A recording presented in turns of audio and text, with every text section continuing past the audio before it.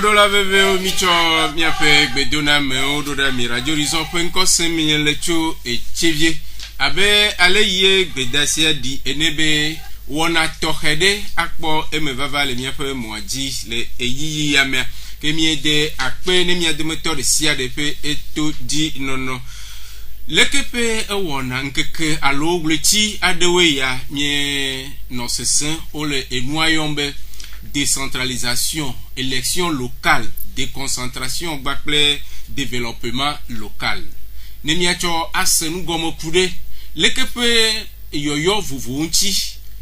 bakle akode dape dodo yo kene l'enkonemi gbono, kude nu tomo du gonfe, depuis si non kodada nya ogboa, lekepe ewona, akpo emevava le miape eyava la oji. Quatoheria miekpe afeto René Kossi Adjamagbo,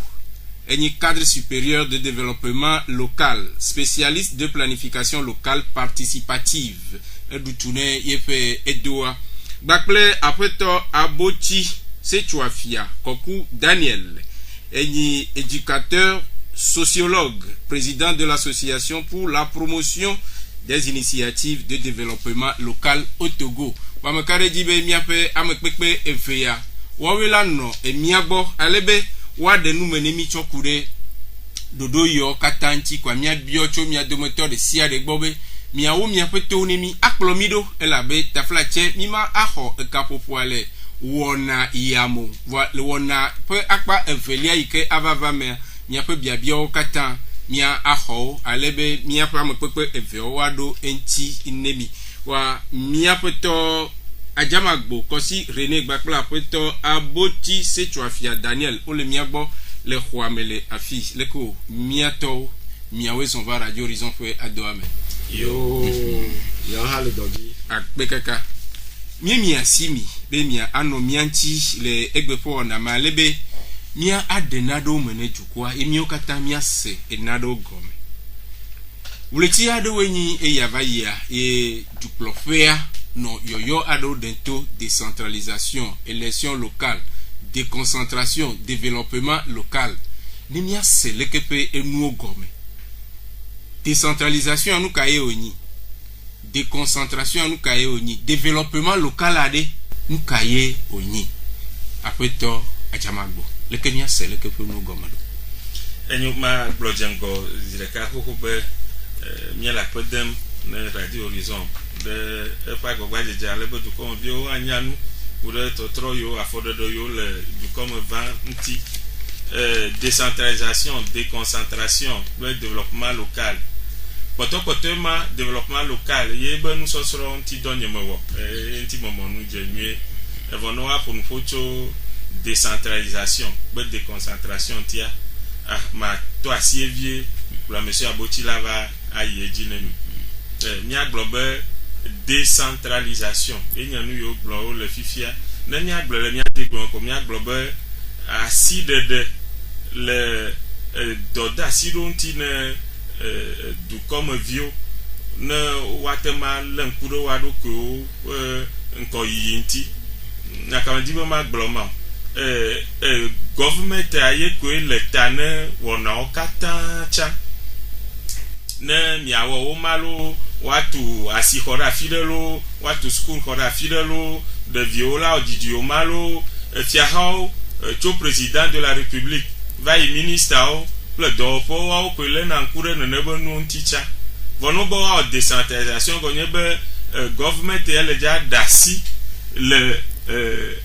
dotasi dontine du comme vion to ba me chachao alebe wanto le duko le bobo seme mi aglobe le fufufo seme na mi cho canton de cave cho fufua doda siro yi odola yi wole government even come wacha me le wanto do me le fima wa no wono nu manye décentralisation no bo wa yi ava illégaliser o ma wo didi o ma wata o copine wa wela foko no be watu asiho wa wela foko no be wa wo didi o ma wa wela foko do wulio wa wo le afoko eye la foko wa de susu tso edu ŋutɔ be ŋgɔ yi ŋuti aɖe afɔ yiwo yehia be woaɖe ne woatsɔ kpɔ gbɔ enuma yɔ le be décentralisation ne mi be miagbɔ déconcentration eya ele kosi be woɖo sukulu be ministre dɔwɔƒe ministre ma le lome vɔ yi be dɔwɔƒe vovovowo direction régionale de l'éducation inspection wo kple sukulu wo kakawo ɖe dukɔ me enuma nye déconcentration ne be yagblɔ sukulu ŋuti dɔ nya mehiã be na yi ministre gbɔ dɔwɔƒe teƒe nɔƒewo le aƒekɔ ke déconcentration enye dɔwɔƒewo be tete ɖe dukɔmeviwo ŋuti ne metsɔ aƒe sia dɔwɔƒe fifia ministre le lome miomi le tsevie fi miabe dɔwɔƒewo gba le préfecture me wo le canton me mi le déconcentré ma mi o kaka mi ɖe dukɔ me. Ok. Via développement local are la yeji alo apeto Daniel la. Ne ma wu noa. Développement local ya miagblɔ be nye afɔɖeɖe yi me ye dukɔ sia dukɔ ŋutɔ ado dzesi ale yi wòle enu yiwo le si vɔ kple nu yiwo hiã ne ye wòawɔ ɖoɖo ɖe edu be ŋkɔ yi ŋuti enuma nye développement local. Apeto Daniel apeto René ƒe enumeɖeɖewoe ma le gbɔwo ɖi nenye be miagblɔ be développement local kple décentralisation ɖi kadede kaye la le wo me vea nyatsi veyawo me di akpe vɔ hafi ma va dabiawo aboa me di ba tsɔ ŋuvi ɖe kɔ kpe nɔvi nyatɔ eɖe me nyuie mi kume ma kɔ kpe be ŋusẽa dziɖu akɔ ƒe ŋusẽ le décentralisation me ya dziɖu akɔ ƒe ŋusẽ ma kpa ɖe kɔna dukɔmeviwo abe avɔme yiwo kɔe na nu yebe collectivité locale le esia wa collectivité locale a elle do fo me ton commune tole préfecture tole hafi région tole le kpono me ko mi ya dani to a commune ma mo mi ya da e kona ka ba ma mo le mi elire bi da kono vo a ka ba jidudu a e ko nse ntete ple enumesi konao bena wa kplodu comme viole agome kama nya shanya aga jidudu agbole lomo kama unse jidudu asha ko kpale kona aminyoto ni tia wa kplodu nya ko ngogbe de nyawo me déconcentration e ama no vi yagro e a jidudu to tia amo kakare duame ministre ano directeur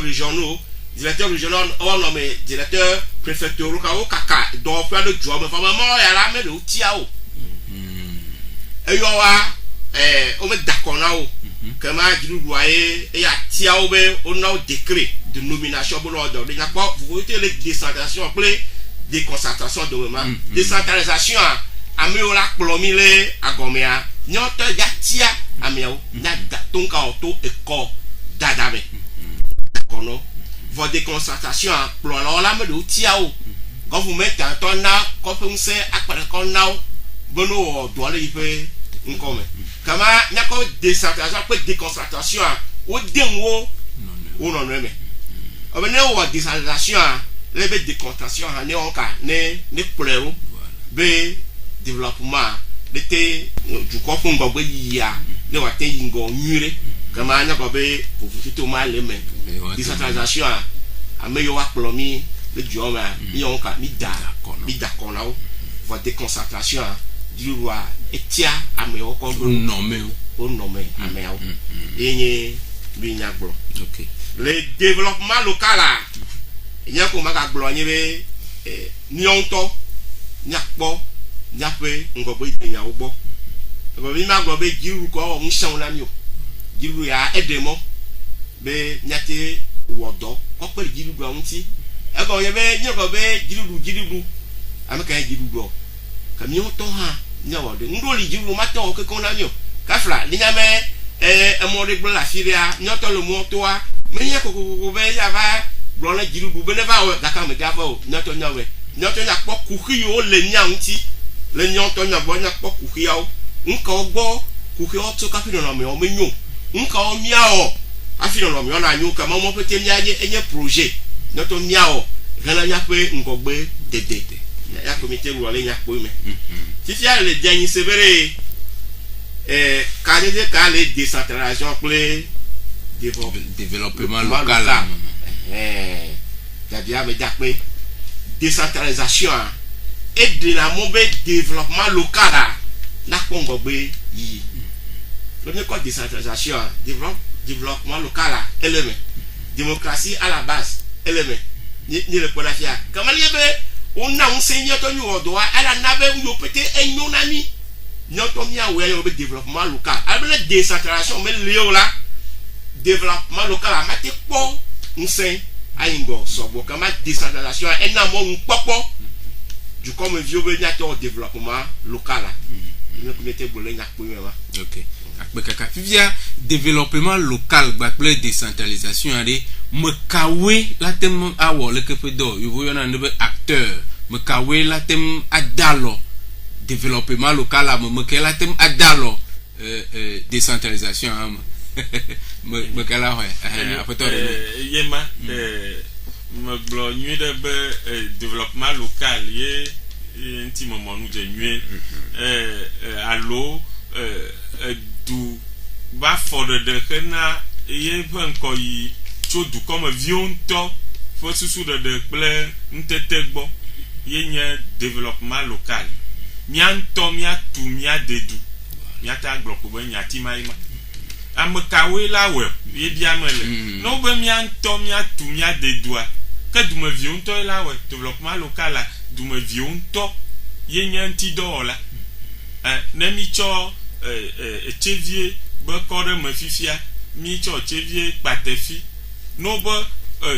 patefi be comme na yingoa ameyo oka be wa wodo chonti gba yenye patefi no lao menye be ameyo nji etople no cho fima godogodo vameyo kata no na fima ko wao ye onye doda sina ameyo gbele ko amako comme to dumeto wawe la globere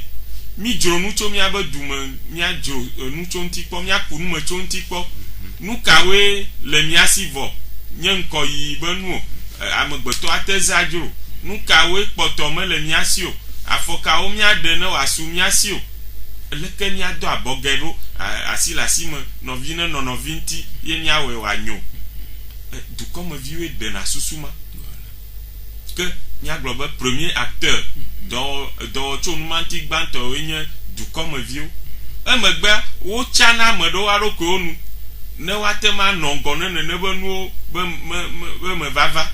ye na yo glona ba wado CDQ lo allo CVD comité de développement de quartier ou comité villageois de développement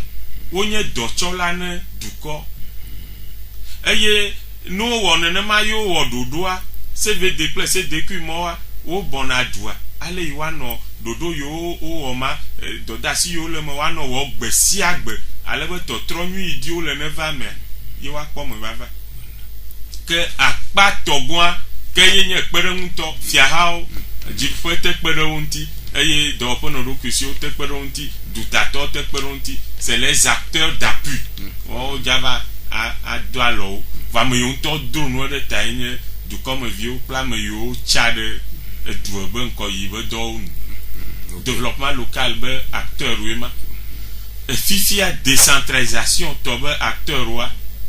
ou le yombe les conseillers municipaux monsieur Abotila yejine minuit de chow kenya globo wo nyame yo o chato akodadam yo cho dare du fofu ben ko yibe nu yo le collectivité locale la me gbanye du village de Cap alo canton de Cap enya nu dodo cho jivai ye fia ha globe canton iple canton ino fofu no wa nankuro wa ben ko yibe nya ogbo ye o dako cha mo renu akodada mo cha na ma mo yo cho c'est des conseillers municipaux et donc wa o ha o le sibe comité de développement ple nous portons te faire notonne va me gbanto yo la dans les collectivités locales et quelques population à l'autre comme vieux. OK. Que nimia blofia que am eveyawa akoye ola dano développement local peut ame yiwo ke la da asi emea kpakple conseil municipal akɔ yiwo la da nɔ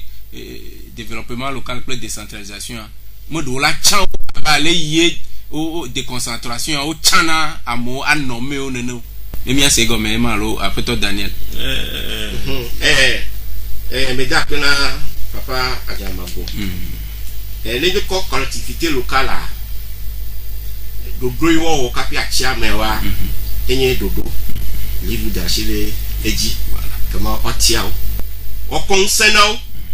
be nu kpɔ gbɔ be dukɔme ƒe alo commune la ƒe ŋgɔgbe denyawa woayi ŋgɔ womana be yewo dzɔ plan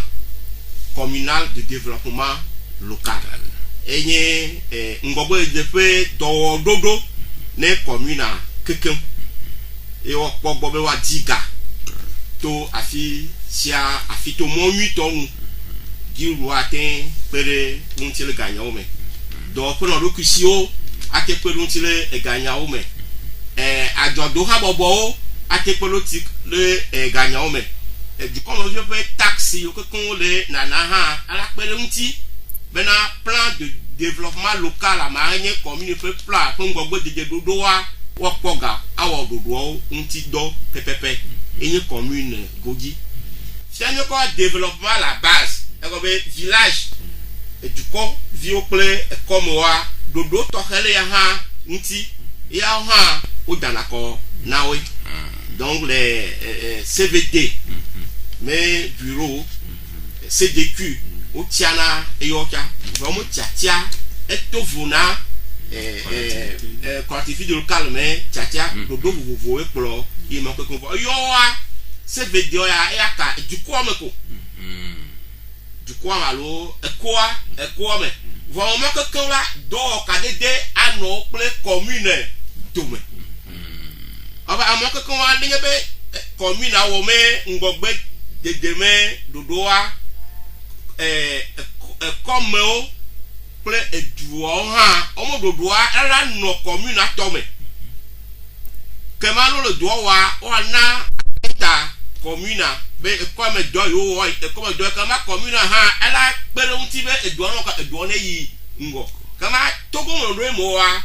ɖoɖoa da ame dzi gbogbo be la ame sia ame le eƒe nɔƒea ela wɔ dɔ ɖe kokoko kana edua ƒe ŋgɔgbe yiyi abe ɖoɖo nyui ɖe menye be wowɔe be collectivité locale wo li CDQ kple CDV tie li wowɔ dɔ asi le asi me kama ne nyagblẽ nyakpɔ me la kama akpa gãtɔ ame gɔme mi dukɔmeviwo gbɔ ŋu ka wotso ɔbɛ miawo tɔe akpɔ miaƒe ŋgɔgbe dede nyawo gbɔ ni ma bla bɔ ɖe akɔnu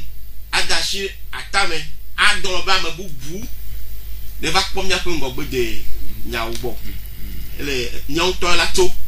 le miaƒe ŋgɔgbe dede nyawo okay ya ma kɔkpe ɖe papa Adzamago tɔ ŋuti akpe ne miaƒe enumeɖeɖe toɖola veve miaɖo ŋku edzi ne mi be wɔna anyi wɔna tɔxɛ aɖe yi ke ade Togoto Radio Horizon edzia ede tome ale be woatsɔ aɖe nume ne mi tso développement local kple décentralisation ŋuti ye miase enuwo gɔme anya dumeviwo ƒe edɔdeasi kple afi yi mi tso kple afi yi ke yi me mielea enyo ke miayi wɔna dzi wole nua yɔm be élection locale ye nyi enya yi ke ne le etoa me fia be élection locale aɖe nu ka ye wonyi leke miase élection locale agɔme ɖo yema mi to asi vɔ mi gblɔ be ke ɖoƒe ve ye le kpɔ miabe duwo be ŋkɔ yi be nyagbɔ ma ɖoƒe xoxo yi le tsã ye nye edu ŋutɔ be ɖoɖo tsɔ die be ŋkɔ yi eyi kplɔm CVD kple CDQ wo le tsɔ bɔ ɖe dufiawo ŋuti ɖoƒe yeye yi le vavam fifia ye nye commune alo collectivité wo be nya ye monsieur Abotsi gblɔ fifia ke eya ele dza ƒoƒu meganye du ɖeka ko meganye canton ɖeka ko canton ɖeka ne lololo alo canton vetsa ɖe du lo ye woada kɔ atsa susu ɖelawo bɔ kpe ɖe dukɔ ŋuti ne woawɔ ɖoɖo yi gblɔm monsieur Abotsi le fie be plan communal de développement eyi me ye du sia du yi ƒoƒu wɔ collectivité ma woabe hiahiawo kple ɖoƒe sɔɖoŋuiwo wole dzadze le eme le kɔ ke ne woatsa nene be ame yiwo la nɔ collectivité locale me ema mi gblɔ wɔwo ya efiahawoe wɔ ɖoɖo eye woada akɔ nɔ atsawo ede nu politique me vi ɖe miagblẽ zi ɖeka leke ko eye le numa wɔwɔ mea parti politique alo dunyagblɔhawo vovovovowo wobe ametsatsawo wo le dza de nu teƒe ma kpɔkplɔ be nyame eye woada akɔ na nene be amewo abali wo dana akɔ tsa na député wo tɔgbe ɖe eye no tsa wa ke wozu me yiwo yɔ le be conseillers municipaux eye woanɔna susu ɖem tso eduƒotsamo eye yɔ le be collectivité locale be ŋkɔ yi ŋuti ke akɔ ye wo dana tsa na wo le bomanu ye gblɔm monsieur abotsi le be nene be akɔdada to vo ne CVD kple CDQ tsatsa miagblɔ yi be mi wɔna le miantɔ dome le aƒe me eye ya enye gɔvmenti be ɖoɖo me ye wodza da nene be akɔ le ye woatsa wo ye nuka parti politique dunyagblɔhawo wole dza de nu nene be akɔdada me ye woatsa ame ɖo ɖa wɔƒe. Ok, fo Daniel, ede la sur la chopper. Eya ko ma. Papa Adam gblɔ be ya tia amewo amewo la kplɔ mi nyaƒe duawo me le commune wo me ya ya tiawo no tia amewo zu conseil municipal vore yon to a dogo wo me bureau go be bureau a tia yon to a tia maire kple agent alo kple agent o yon le ya au bureau de la commune ave mi tia amewo voyons to a ko fu me mi ya va tia maire na o mi tia amewo vo mi tia conseil municipal vore on to fu anya to o tia mi vo tia ameka na ni maire ameka na ni maire peperunto alo maire peperunto ogo ba firoa maire ado perunto de ka afiro ni conseiller o so wa maire ato do perunto evekle ejivo hina dele me jaye ba kama chacha gbato a ele du comme vi ogbo chacha vele azonye be amoyo tia on to popuzo atia me ple a ajo yo ya kongo gbo de me eyongbo kama ne be conseiller o yo be session o be conseiller o ja no godo ejeji awo godo hena commune afongo gbe dede kama no yo godo o vote godo o vo a kama me ple ma ajo yo e o la ko de edo wo me kama yo ko de do me a mi du ko me vi o ya ti pondo aglo efi ya o wanire nya do ayiko na o efi ya ekpoto menye nya juo kama da fi le poto asusu o ke ne pobe ya ko dora ni ya wo be mo ni nyore ejiwa na dira abe gbe fi ha go ro ni o be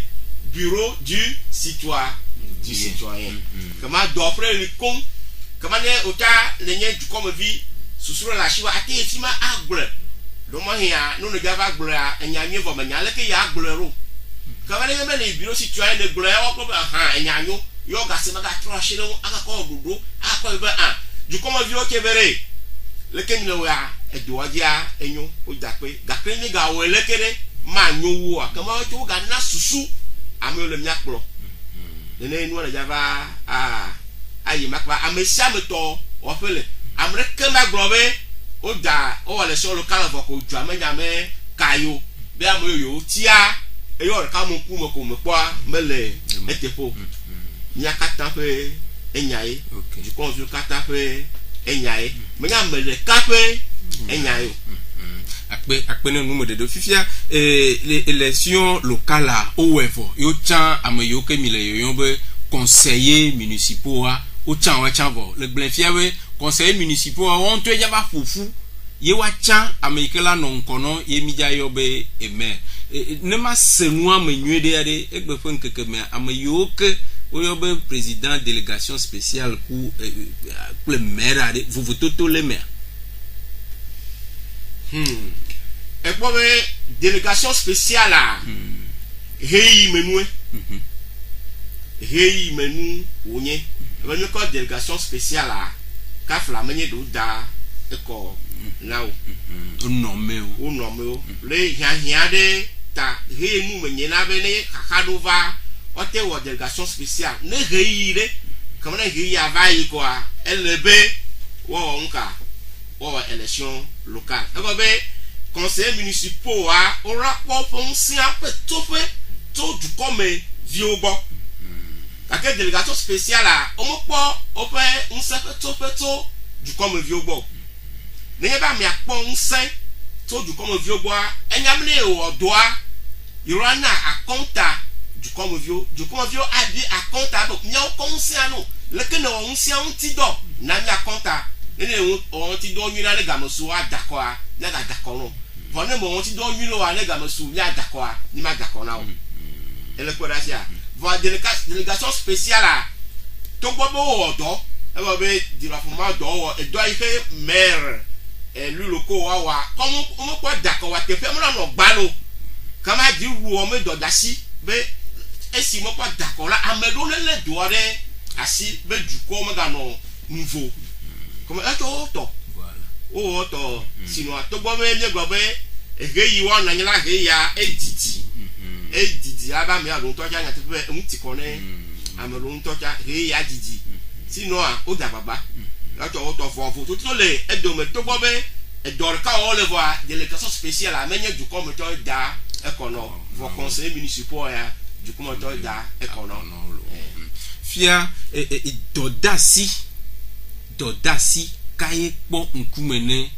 élu à au conseil municipal dodasi kaye po nkumeno lo wa bedo yile bo dodasi vous po nkumeno ebe dodasi a diru gbo to na o nse o na nse le sukufe enyawo me kama sukufe enyawo avec école primaire mais nyawo mo ko wa ekpo o me nkume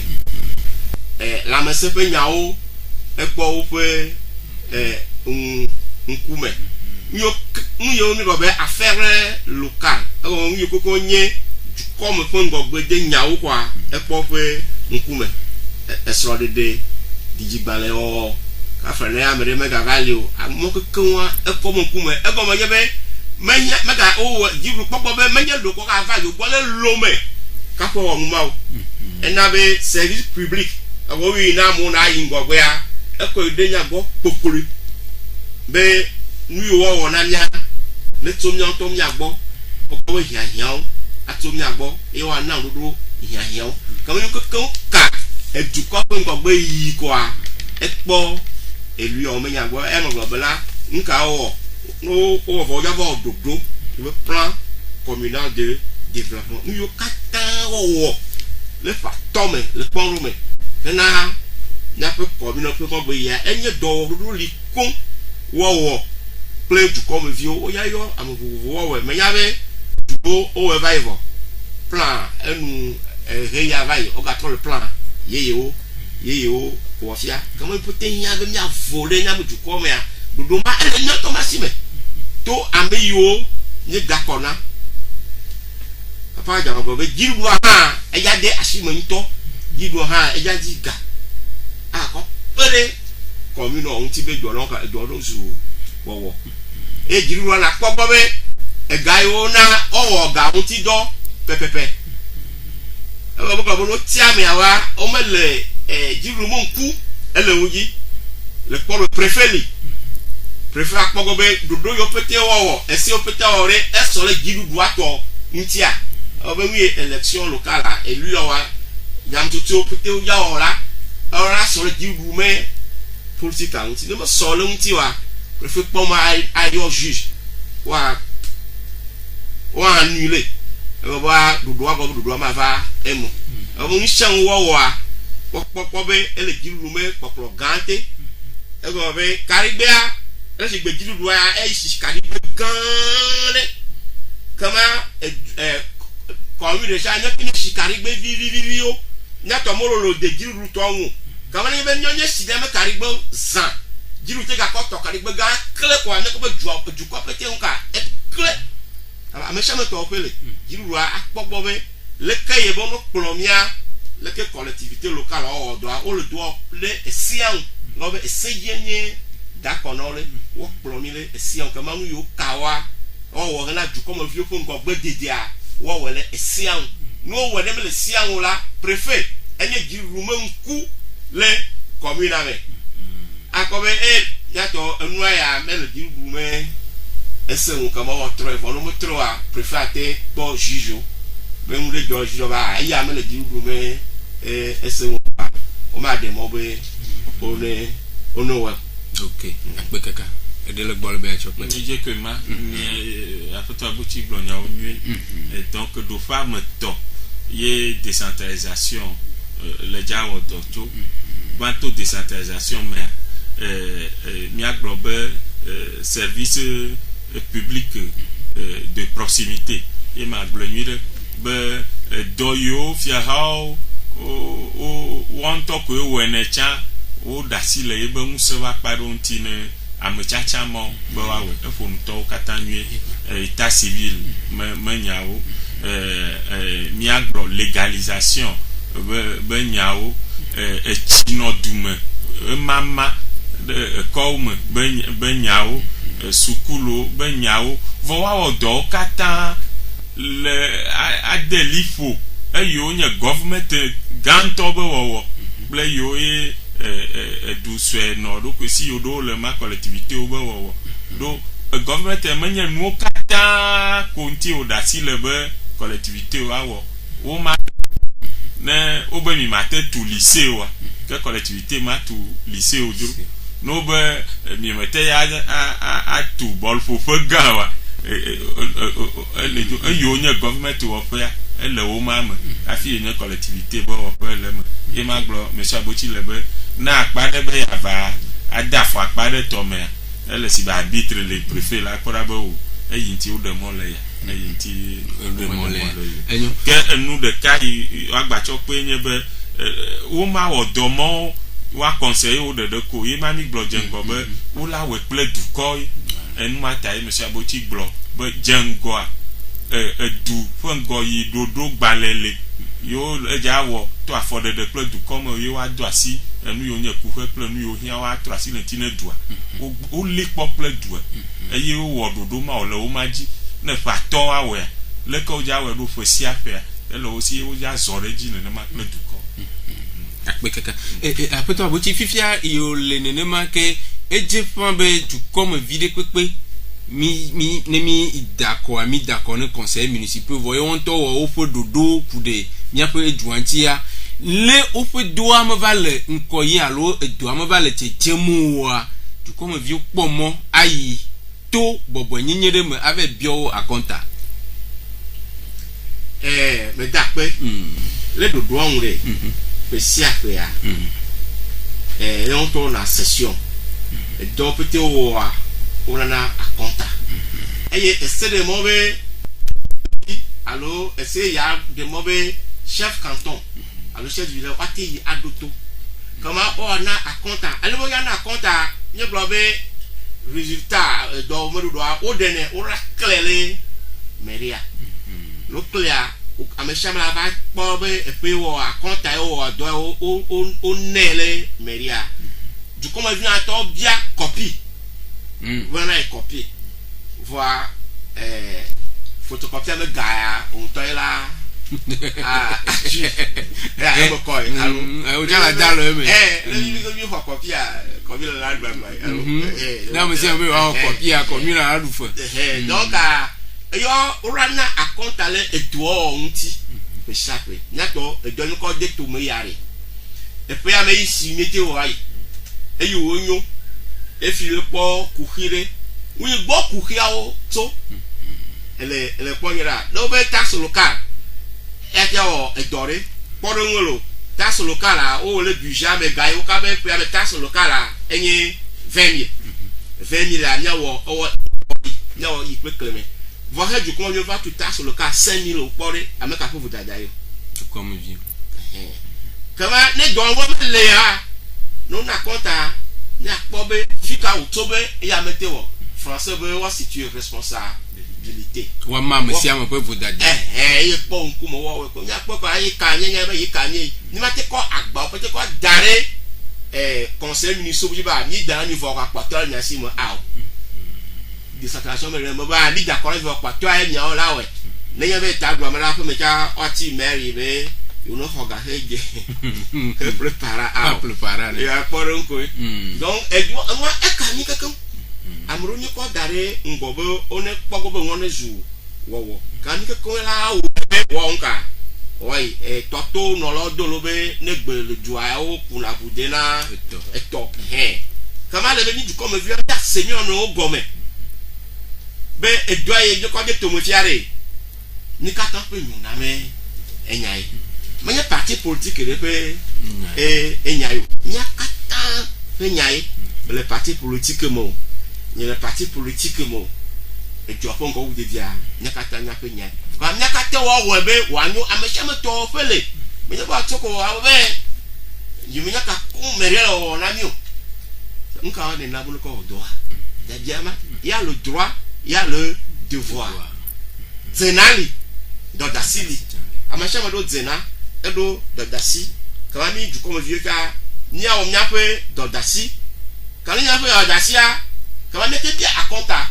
to nya polobo e pe ya mere wi ni go nkata ni me wo onani akonta yo to nya be ju ko mo vie na unsan yo be ni o odo lo fun ko me a ne he akota na idua bobo e wana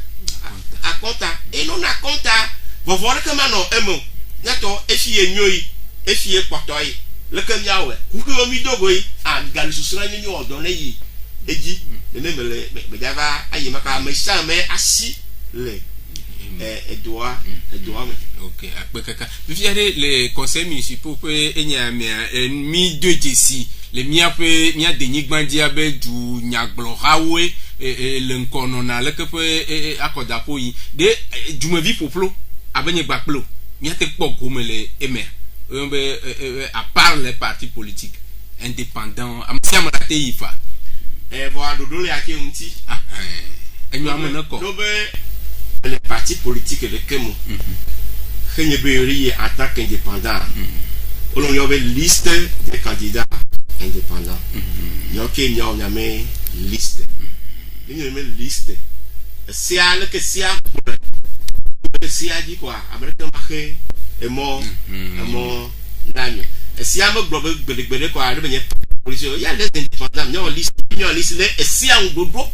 le Kodada, Matsoko, oui, Changi, he, Dro Kama, Yago, Ezu, désordre. Belle dépôt. Dro, Akbobo, Owago, Dolon, Chang, un table du conflit des chalons, Tibo, le Bayam Remele, parti politique, on va. Mais comme on veut qu'il y ait une liste, Niaï, Hakare comme les. Monsieur. Alors, bon, Yaole, lequel du doigt ou du doigt, les miels de doigt, t'es quoi, on marque mon âme, Américain. Kama me yo diwe no we ale bunu po do do akpo nyai esi aglo tututututu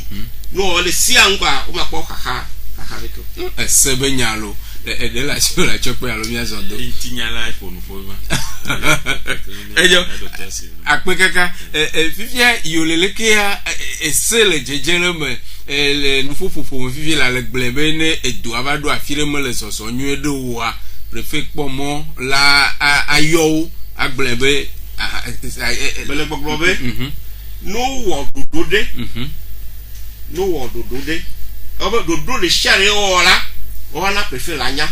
décision ya prendre session on a préfère lanya on préfère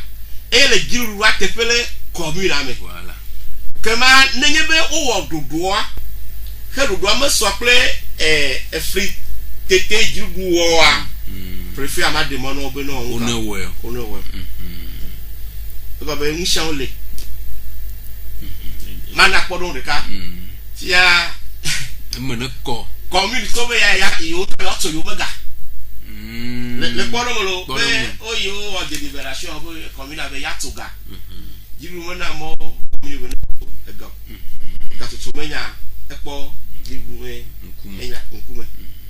ni le poyero ave nu yo pete menye nse ngobe nsia ihe collectivité locale ya ko da gidudu akọ e ya fo nse le gidudu asire e ko apare kona collectivité locale kama unse o kona mia e on ti doko nyawo kama preferably enye lu kubo o unse jiru akona mia menye ya kwa eya ni mate awo e jiru ko de nyasia ya ko miawo ene do ale mala be do li sika me chema o do le esia pe do pe to de keme kava ok akpe ne mo medede apeto jama pour le que bien faut glorifier et que décentralisation mais nous il est c'est un système de délégation de compétences et nous soubolé ne wa voyer doit yin quoi government il en connaît cha fifia si be wo wa dangomo wa tu lycée watu asio watu konji wana chiduko onmo kata duko me vi ono na tenon po fie ho bo wa we na yo no wa we duko me vi o ba lo le me ha ogbra be enye dodasi na dukro la obe wa wonu ma na yo onmo ba pado ntie dukro le me da dasi na me chacha o le dukon to ma bale a foto aboti gble na ye ale ji eyo atema wole afeko be pufofo ma me eyo mi le collectivité locale ole eyo epoto nye government ento be dodasi ye kwe la tewe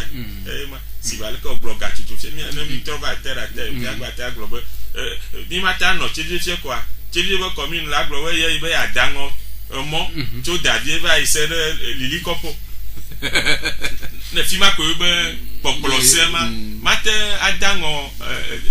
to lo me va ida pango mo ye mate kalenti be adango c'est le film je o mate alors ndo le onye government opotonye government ponku me ne government afi yo ponku me ne collectivité akoko du popolo tomo wa ne fi amede me ba le won le allo il faut dutato te va akpere collectivité locale nti bo yo ko be yo o chaka pele yo vo de dure be ya wonu ya leke no na se me de mo be collectivité locale na onu mo mata hokpere ma to dutanto hala ba e me leko kaka que le nyagboglo que qui me fiade venyenye kaile lekepe nous sine du ko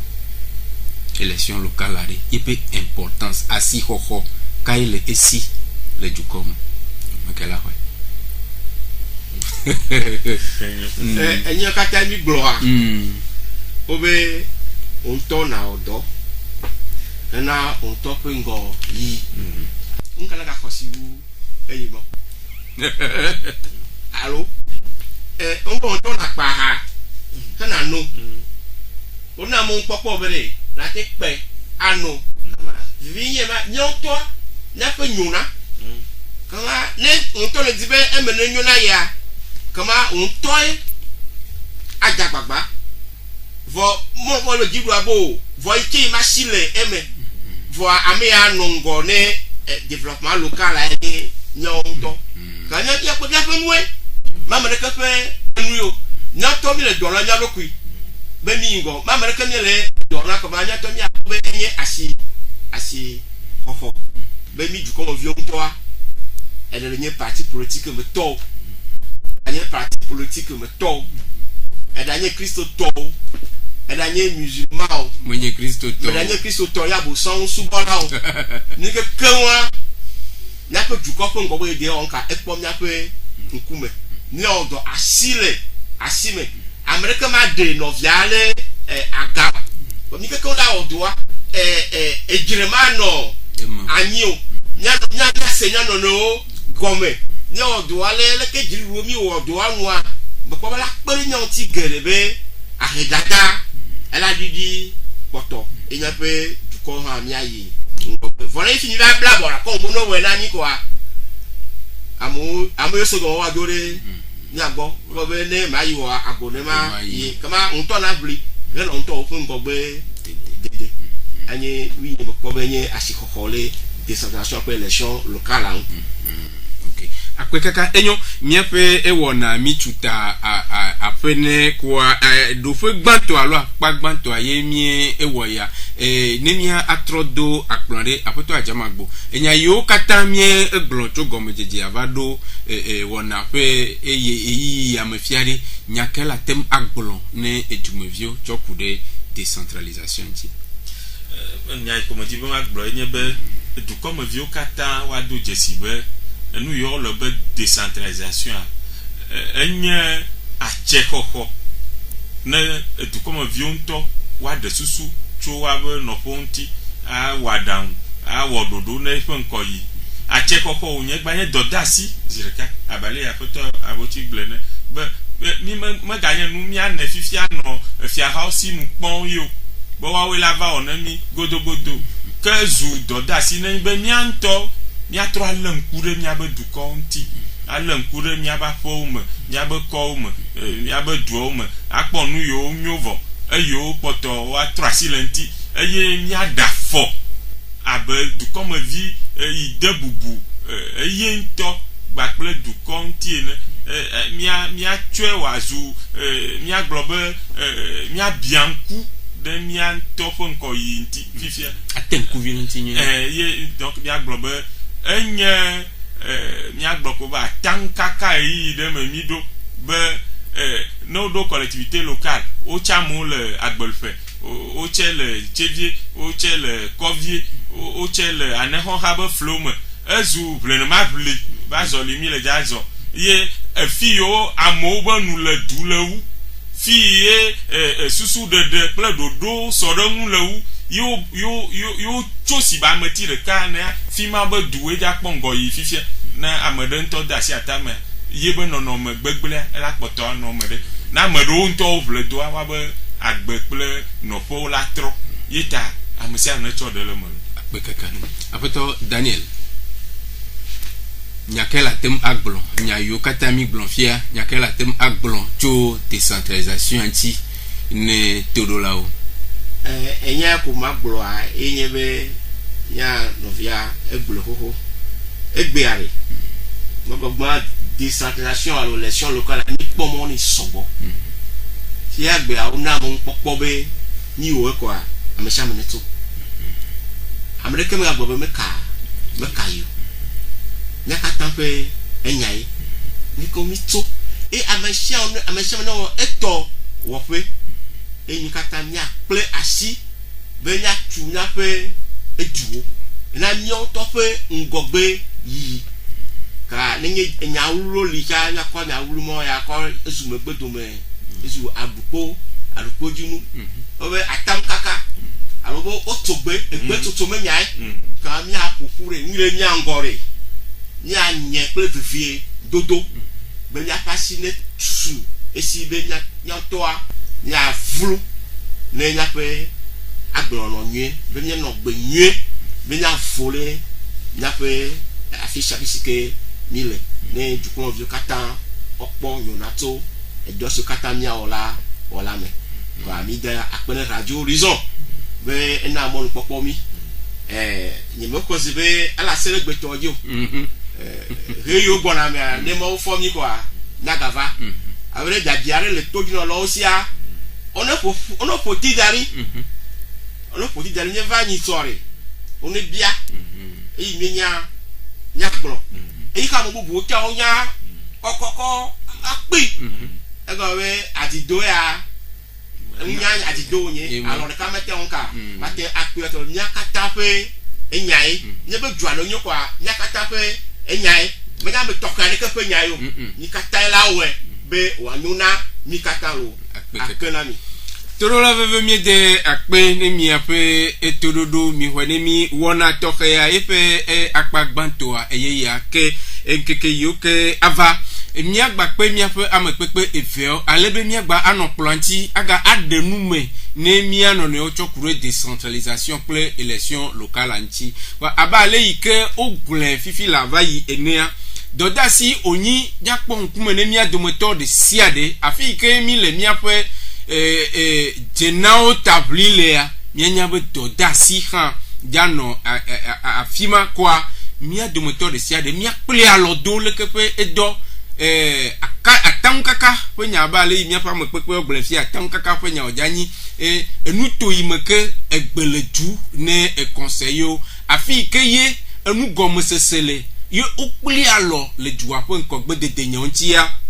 ne ƒe duoa wo dza kpɔ ŋkɔgbe dede kwa ekpɔ ŋkume ne nyegba kple osia be mia dzagbagba ale be mio xa mi me gate yi megbe alo mia bla bɔ le megbe be o mi wɔe mi kpɔ mi le wɔn xoxo mi me le ndeke kpɔ mo mi wɔe mi kpɔ awo eyi yeye ndɔkutsu yeye kle ne mia dometɔ de sia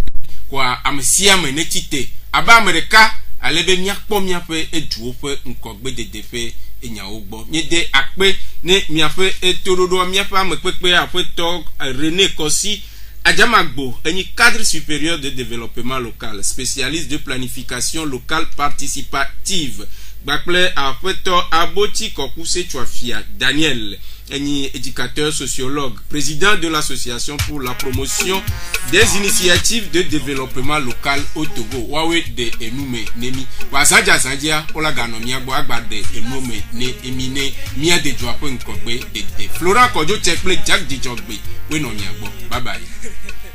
asila sime yeni etobegbe mi dababa asila sime yeni etobegbe Silvio mi wodeka mpenti mi ma wodeka atuchi popa deko mpenti mi ma wodeka atuchi popa deko. Mes respects à tous les rappeurs, le hip-hop noir, mission radio comme un foutoir. Il faut jamais baisser les bras pour placer le pouvoir, personne n'a souffert, on connaît le hip-hop noir. Hip-hop le con, Mr. Massimo à la joie quand même, on sait pas qu'on a chanté cette journée. On dit pas un second si le hip-hop a tous nos sommets. Le juge bosse son de rime avec Kemla, la nuit quand dans tout corps, ça c'est la salsa. Putain de farce qu'on a, les rappeurs commencent pas à s'approcher, on connaît pas le projet. Un peu comme s'ils venaient pour s'interroger, en plus solo bon, y'a pas de producteur ni connaisseur. Ils disent que le rap ça fait trop de bruit, comme l'a dit mon grand frère, à l'idée de l'ancienne école. Et jump, pata, Togo de pata sokodo, hip hop ena, Michia kakakaka, et Vatican, Miti Blagada Sasa, Makosa, Make Media tutu, Minjo le cœur, et tu Milan, tout, à claro, Galet, Asila Sime, et Mila toi. Asila Sime, Yeni, et toi bébé, Mita Papa, Asila Sime, Yeni, et toi bébé, un Silvio mi wodeka, Mpenti mi ma wodeka, Atuchi popa deko, Mpenti mi ma wodeka,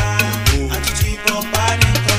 Longue haine, les temps de souffrance, les jours passés, je me demande le moment où le temps m'envoie ta réponse que je fais le rap, les gens sont fiers d'elle, ma musique. Là je dis toujours qu'ils pensent à les paroles et pas le son et le rime qui se nagent dans le rap. Je me sens touché les jours venus par le son qui dominera bientôt la fille que j'aime tant pour les MC. Acclamo hip hop local, mileti no vio war, na MC vio ne mi bia mi la we et la yi ano flow hardcore, ne mano CP, ne mano nyampe. Si la si me mi do la jodwa. Sofolo, sofolo, sofolo, sofolo. Asila Sime, Yeni et toi bébé, Mita Papa, Asila Sime, Yeni et toi bébé, un Silvio mi wodeka, Mpenti mi ma wodeka, Atuchi popa deko, Mpenti mi ma wodeka.